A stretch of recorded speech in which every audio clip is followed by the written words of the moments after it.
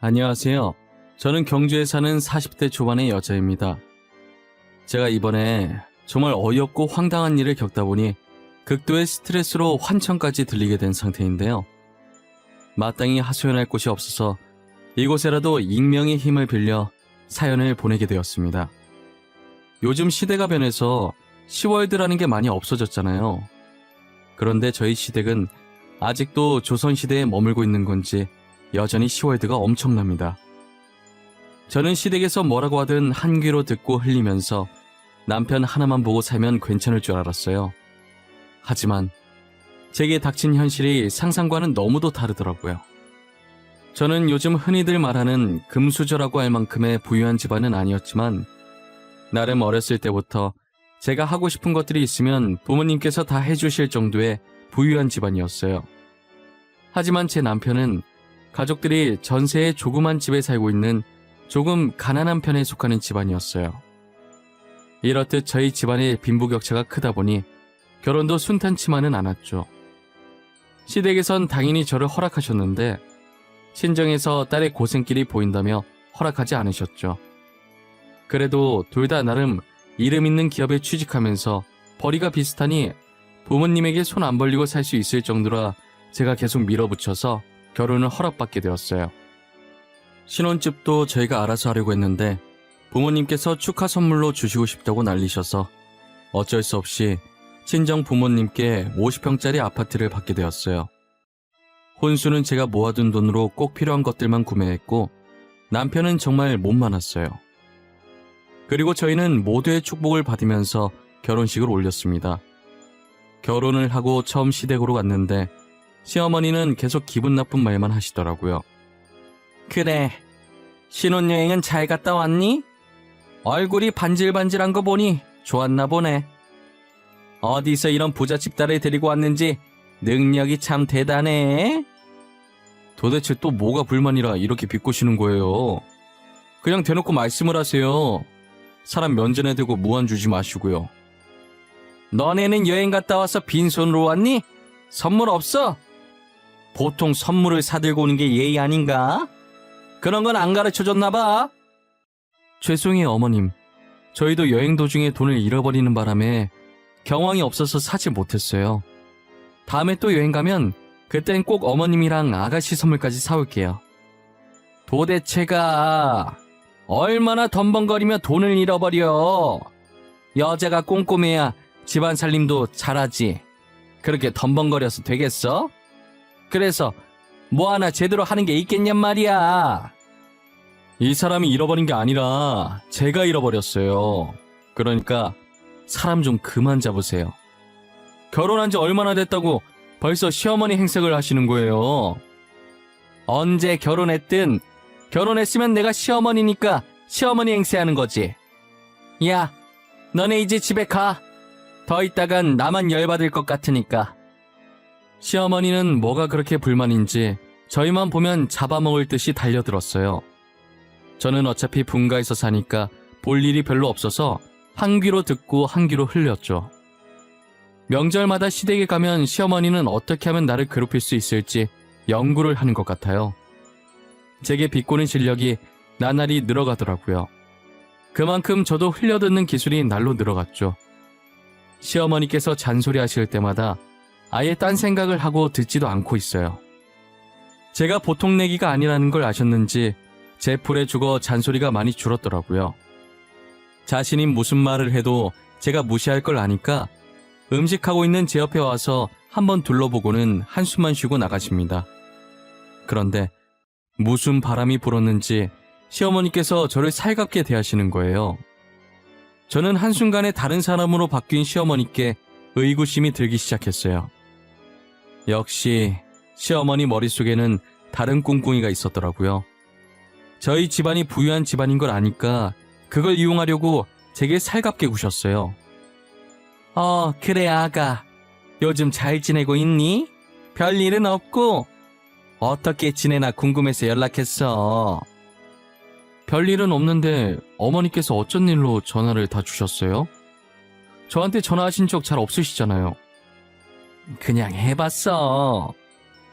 아가, 혹시 너 가진 돈 좀 있니? 너 모아둔 돈이 좀 있는 걸로 아는데 말이야. 돈이요? 돈이야 뭐 월급 받으면 항상 모으고 있긴 한데 왜요? 어머님이 갑자기 왜 제 돈 얘기를 하세요? 아니 그게 네 신우 이번에 결혼한다고 했잖아. 혹시 며느리 네가 우리 딸 결혼자금 좀 보태줄 수 있나 해서. 제가 아가씨 결혼자금을 왜 보태요? 제가 결혼하는 것도 아닌데. 아가씨는 모아둔 돈도 없이 결혼하려고 하는 거예요? 저는 아가씨 결혼자금 보탤 돈 없어요. 가족끼리 돕고 살아야지. 그렇게 매정하게 굴지 말고 좀 도와줘. 정 돈이 없으면 너네 부모님한테라도 부탁해서 돈 좀 구해보면 안 되겠니? 죄송한데 제가 결혼하면서 부모님께 손 안 벌리기로 했어요. 다른 분들한테 빌리셔야겠네요. 야, 너는 시애미가 고개 숙이고 들어가면 고민하는 척이라도 하면 덧나냐? 지금 너 잘 산다고 사람을 이렇게 무시해도 돼? 어? 시어머니께서 어쩐 일로 사근사근 하나 했더니 저보고 신우 결혼자금을 좀 보태달라고 하더라고요. 아무리 부탁해봐도 제가 단칼에 거절하자 본성을 드러내시더라고요. 그 뒤로도 몇 번이나 결혼자금 보태달라고 연락 왔었는데 그럴 때마다 제가 거절을 하니 드디어 포기하셨는지 한동안 연락이 안 오더라고요. 그리고 얼마 뒤 주말 아침부터 누군가 저희 집 배를 누르더라고요. 사람이 나올 때까지 누를 작정인 것 같길래 시끄러워서 잠도 덜 깬 채 부랴부랴 문을 열었어요. 저희 집 배를 누른 사람의 정체는 바로 저희 시어머니였는데요. 근처에 아는 사람 만났다가 지나가는 길에 한번 들렀다. 들어가도 되지? 목이 좀 마른데 차 한 잔만 줄래? 들어오라고 말도 안 했는데 그렇게 막무가내로 들어오시면 어떡해요. 아침부터 싸울 일 없으니까 차만 드시고 얼른 가세요. 너 나 싫어하는 티 너무 내는 거 아니니? 아무리 싫어도 내가 네 시애미인데 말이야. 그런데 너네 집이 이렇게 컸었니? 50평이 생각보다 넓네. 시어머니께서는 마음대로 집안에 들어오셔서 제 집 마냥 돌아다니시더라고요. 그리고 저희 집을 너무 꼼꼼히 살피시는데 도대체 왜 저러나 했어요. 여기 정확한 평수가 얼마라고? 50평보다는 더 클 것 같은데. 어머, 화장실도 크고 이쁘네. 정확히는 53평이요. 그런데 저희 집 평수는 알아서 뭐 하게요? 집 사시게요? 50평은 좀 비쌀 텐데. 너네 신우 결혼하잖니? 그래서 지금부터 집 좀 알아보려고. 여기는 시세가 얼마야? 둘이 살기엔 딱 좋네. 여기 어머님이 생각하시는 것보다 많이 비싸요. 근데 결혼 자금도 없다고 하지 않았어요? 집 살 돈은 있으신가 봐요. 여기 수압이 어때? 물 내려보니까 이 정도는 센 것 같기도 한데 층간소음은 없고 방음은 잘 되려나? 집 살 돈 있냐고 묻는 제 말에 대답도 하지 않고 저희 집 구경하시기 바쁘시더라고요. 혼자서 변기도 내려봤다가 샤워기도 틀어봤다가 방에 들어가서 팔을 펼치더니 방 크기도 눈대중으로 재고 계신 것 같더라고요. 시어머니께서는 도대체 돈이 어디서 나서 갑자기 집을 산다고 하는지 모르겠더라고요. 제가 상관할 바는 아닌 것 같아서 더는 묻지 않았어요. 그리고 며칠 뒤 시어머니께서 제게 어이없는 통보를 하시더라고요. 저희 집을 신혼집으로 쓰게 할 거라는데 처음엔 제가 잘못 들은 건 줄 알았어요. 아가, 내가 전에 너네 집 봤었잖니. 너네 집이 신혼집으로 딱이더구나. 신우 다음 달에 결혼하면 신혼집으로 쓰게 이번 달까지 비워줬으면 좋겠네. 어머님, 뜬금없이 그게 무슨 소리예요? 저희 집을 왜 비워줘요? 상의도 없이 혼자서 지금 뭐 하시는 거예요? 아니, 너네 둘이 살기엔 집이 많이 큰 것 같더라고. 글쎄, 너네 신우가 임신을 해서 말이야. 애 키우면서 살기엔 너네 집이 좋을 것 같아서. 그니까 저희 집을 왜 어머님이 이래라 저래라 하시냐고요. 저랑 상의를 해도 싫다고 할 판국에 다짜고짜 비워라고 통보하는 건 무슨 경우예요? 에이, 내가 언제 통보했다고 그래. 비워줬으면 좋겠다라고 했지. 그리고 신우한테 아파트 해주기로 말 끝냈으니까 이번 달까지는 꼭 비워줬으면 해. 어머님, 제가 집을 비워주겠다고 하지도 않았는데 왜 멋대로 아파트 해주겠다니 뭐니 저보고 어쩌라는 거예요. 어머님이 아파트 해주겠다고 했으니 따로 구하시던지 하세요. 예. 넌 왜 이렇게 욕심이 많니? 너넨 둘밖에 안 살잖아. 네 신우는 애까지 키워야 하는데 양보 좀 해주면 안 되니? 저희 부모님께서 해주신 집인데 제가 왜 양보를 해야 하냐고요. 도저히 어머님이랑 말이 안 통하는 것 같으니까 그냥 끊을게요. 집은 못 비워주니까 그렇게 아시고요. 뻔뻔하게 집 비워달라는 시모의 말에 정말 어이가 없었어요. 만약에 시어머니께서 해주신 집이어도 이렇게 막무가내로 나가라고 하면 당황스러운데 저희 부모님께서 해주신 집을 왜 멋대로 결정하냔 말이에요. 너무 어처구니가 없어서 남편한테도 말했더니 남편도 시어머니께서 도대체 무슨 말을 하는 건지 모르겠다고 자기 머리로는 도저히 이해가 안 간다고 하더라고요. 제가 집을 비워줄 수 없다고 하자 다음날에 바로 저희 집에 찾아오셨더라고요. 그러면서 집 비울 때까지 자기는 여기서 한 발자국도 안 나갈 거라고 떼를 쓰기 시작하셨어요. 시어머니께서 부른 것인지 아가씨까지 저희 집으로 왔더라고요. 새언니, 집을 비워주겠다고 해놓고 왜 이제 와서 못 비워준다고 난리예요. 당장 집 비워주세요. 저 결혼 못하면 다 언니 때문이에요. 아가씨, 제가 언제 집 비워주겠다고 했어요? 전 집 비워주겠다고 한 적도 없고요. 어머님께서 막무가내로 통보하시길래 거절한 것뿐이에요. 그럼 우리 엄마가 저한테 거짓말을 했다는 거예요? 왜 우리 사이 이간질 하세요? 빨리 집 비워줘요. 저도 집 비워줄 때까지 안 나갈 거예요. 애도 여기서 낳을 거예요. 아니, 남의 집에 와서 집 내놓으라고 행패 부리는 건 무슨 경우예요? 여기 저희 부모님이 사준 제 집이에요. 어머님이랑 아가씨가 이래라 저래라 할 자격 없어요. 늙은 CM이랑 홀몸도 아닌 애가 이렇게까지 하는데 눈 하나 깜빡 안 하는 독한 기집애. 너네 집 잘 사니까 집 하나 더 해달라고 하면 될 거 아니야. 시어머니와 신우가 거실 한가운데에 드러누워서 행패를 부리는데 정말 가관이었어요.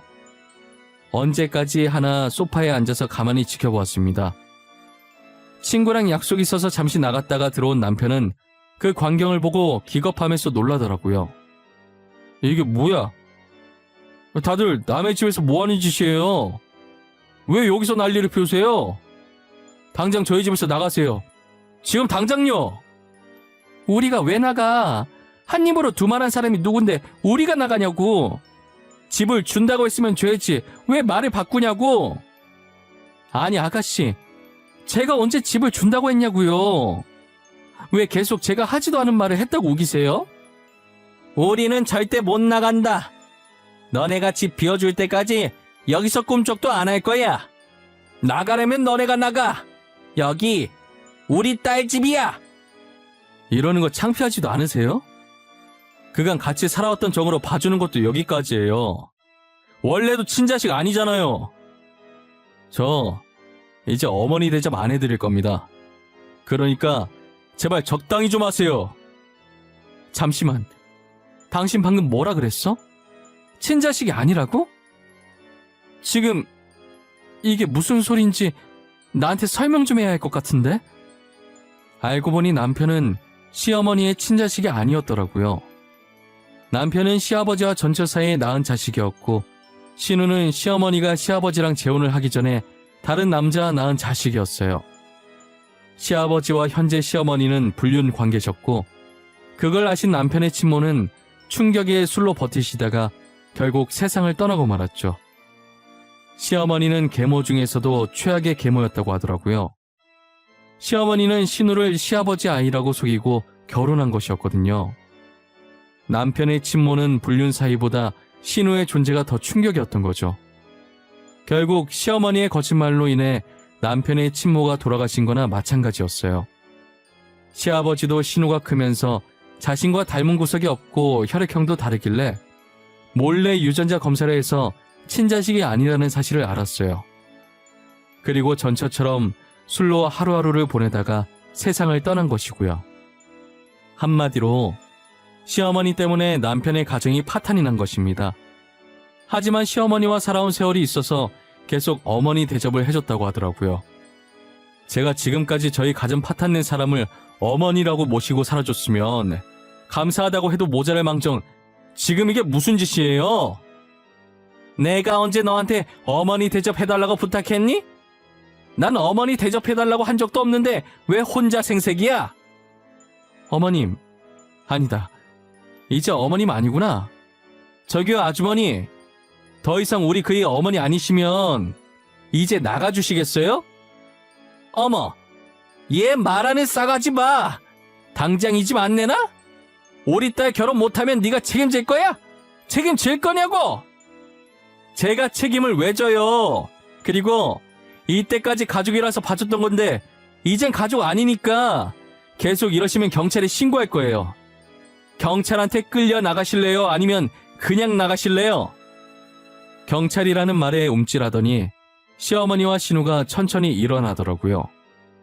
일어나서 저를 째려보고 있길래 휴대폰을 들어 112 누르는 신용을 하니까 나가려고 했다면서 가방을 챙겨 들고 후다닥 나가더라고요. 남편은 시어머니와 신우가 나간 것을 확인하고 다리에 힘이 풀렸는지 주저앉더라고요. 여보, 괜찮아? 왜 얘기 안 했어? 그동안 혼자서 얼마나 힘들었어 정말. 그런 일 있었으면 나한테 얘기를 했어야지. 도대체 왜 혼자 짊어지고 있는 건데? 이런 가정에서 자란 걸 알면 당신이 싫어할까봐 말을 못했어. 사실을 알면 버림받게 될까봐 무서웠어. 내가 당신을 왜 싫어해? 당신이 잘못한 것도 아니잖아. 힘든 일 있으면 같이 나누는 게 부부 아니야? 미안해. 내가 생각이 짧았어. 난 내 선에서 해결할 수 있을 줄 알았어. 그런데 저렇게까지 막무가내일 줄은 상상도 못했어. 당신이랑 피 한 방울 안 섞였다는 게 오히려 다행이야. 이때까지 시어머니라서 참아줬었거든? 다음에 또 집 내놓으라고 하면서 난리치면 바로 경찰에 신고해버릴 거야. 다시는 저 두 사람이랑 엮이고 싶지 않아. 길에서 우연이라도 마주치고 싶지 않아. 그런 사람을 어머니로 모셨다는 게 우리 엄마한테 너무 미안해. 어머님은 다 이해해 주실 거야. 그러니까 너무 당신 탓으로 돌리지 마. 이렇게 된 게 당신 잘못이 아니잖아. 저는 연애할 때도 본 적 없던 남편의 우는 모습을 그날 처음 봤어요. 얼마나 힘들었을지 가늠이 안 돼서 저도 눈물이 나기 시작하더라고요. 당시 남편도 엄청 어렸을 텐데 어려서부터 벌써 철이 들어버려서 지금까지 혼자 짊어지고 살았던 남편이 너무 가여웠어요. 시어머니께서는 그동안 왜 남편에게 쌀쌀 맞았었는지 이제 알 것 같았죠. 제가 결혼하고 처음 인사드리러 갔을 때도 명절마다 시댁에 방문했을 때도 단 한 번도 남편을 살갑게 반겨주지 않았었거든요. 그런 사람이 신호가 오면 버선발로 두 팔 벌리면서 나가셨었어요. 이게 다 이유가 있었던 차별이었어요. 그럼 그동안 친아들도 아닌 자식의 집에 찾아와서 집 내놓으라고 난리친 거였잖아요. 정말 생각하면 할수록 그 두 사람의 머릿속엔 뭐가 들었는지 궁금했어요. 어떻게 뻔뻔하게 그런 짓을 할 생각을 했는지 진짜 정상인의 머리에선 나올 수 없는 발상이죠. 지금도 그날 일을 떠올리면 머리부터 발끝까지 소름이 끼칩니다. 결혼할 거라고 난리치던 신우는 결국 그 남자와 파혼을 했다더라고요. 결혼 상대가 사업하는 사람이었는데 이제 막 뜨기 시작한 기업이라고 하더라고요. 그 엄마의 그 딸이라고 임신했다고 거짓말치고 그 남자를 잡으려고 한 거였어요. 그런데 멍청하게 감기 걸렸다고 남자 앞에서 약을 먹는 바람에 거짓말한 게 들켰죠. 집도 못 구해 거짓말도 들켜 남자가 화가 나서 파혼하자고 했다더라고요. 최근에 시어머니와 신우가 남편 회사까지 찾아와서 울면서 빌더래요. 전세로 살던 집도 집주인이 갑자기 월세로 돌려버리는 바람에 당장 월세 낼 돈이 없어서 쫓겨날 판국이라면서요. 남편은 못 본 척하고 나가려니까 못 가게 다리를 붙잡더래요. 결국 시어머니와 신우는 경비원한테 끌려나갔다고 하더라고요. 계속 여기에 살았다간 죽을 때까지 쫓아올 것 같아서 아예 다른 지역으로 이사를 갔습니다. 당연히 이사 오면서 저희 전화번호도 싹 다 바꿨고요. 정말 두 번 다시는 저런 사람들이랑은 엮이고 싶지 않았어요. 그래도 두 사람을 보며 느낀 것이 있습니다. 제 것이 아니라면 절대 탐하지 말겠다고요. 지금까지 제 이야기 들어주신 모든 분들께 감사합니다. 저희 오늘 하루도 열심히 살아나가 봅시다.